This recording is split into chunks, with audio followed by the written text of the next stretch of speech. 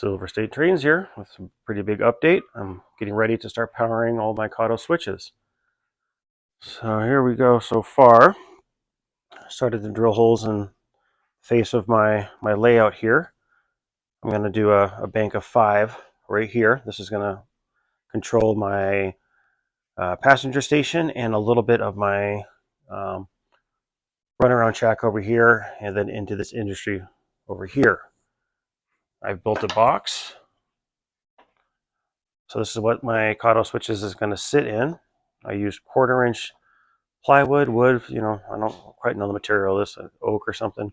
It was free to me. So it was a sheet of wood that was given to me that I used to make this box. So this front piece here is 1 inch, in case you guys are curious how to make this. This piece here is 2 inches, and this bottom plate is 4.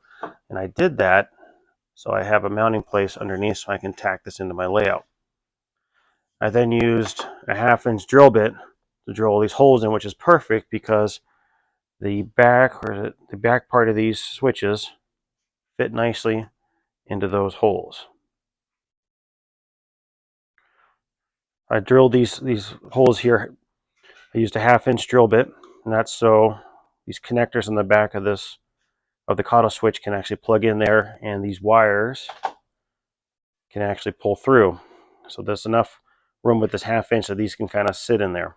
So hopefully this will make it easy for maintenance or whatnot. But I'm going to go ahead and get this mounted, and then I'll do the block underneath and see how this goes. I'm also going to use these 3-way splitters here, so that way I can control 2 switches with 1 throw here.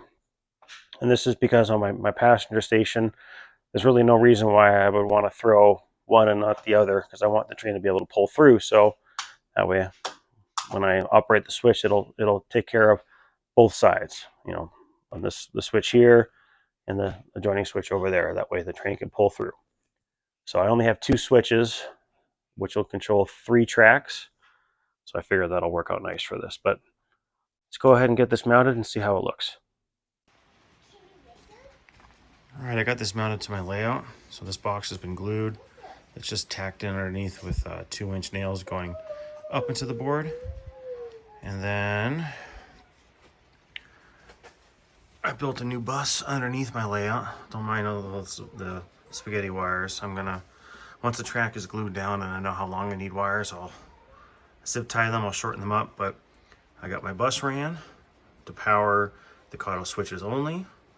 And I have my wires, I don't know if I can see that, yeah, running underneath the layout here all the way to right up there. So there is where my power supply comes from. So that way I can plug everything off of that. And again, all these wires hanging down. Once the track is glued, zip tied, glued out of the way. At least as neat as I can make them. But the moral of the story is, it works. So let me run this train through. I pulled off my extra engine because, as you'll see right here, I have a really bad transition going from flat to the 4% grade, and the 2 engines like to uncouple now, ever since I painted this area, which, oh yeah, by the way, I painted this area. So I was getting frustrated with that, so I unhooked that engine. I gotta fix that grade over there. But once it's out of the way, check this out. I have working switches. This one's not hooked up because this one here is going to be that switch right there once I run it through. So, but I got that up and running. I was trying to run my freight train, but my freight train line is really dirty and I'm done fussing with it. So I'll revisit that another day when I have patience. But right now I got this guy up and running. The passenger line is running flawlessly. No issues there. So next I'm going to put a box over here.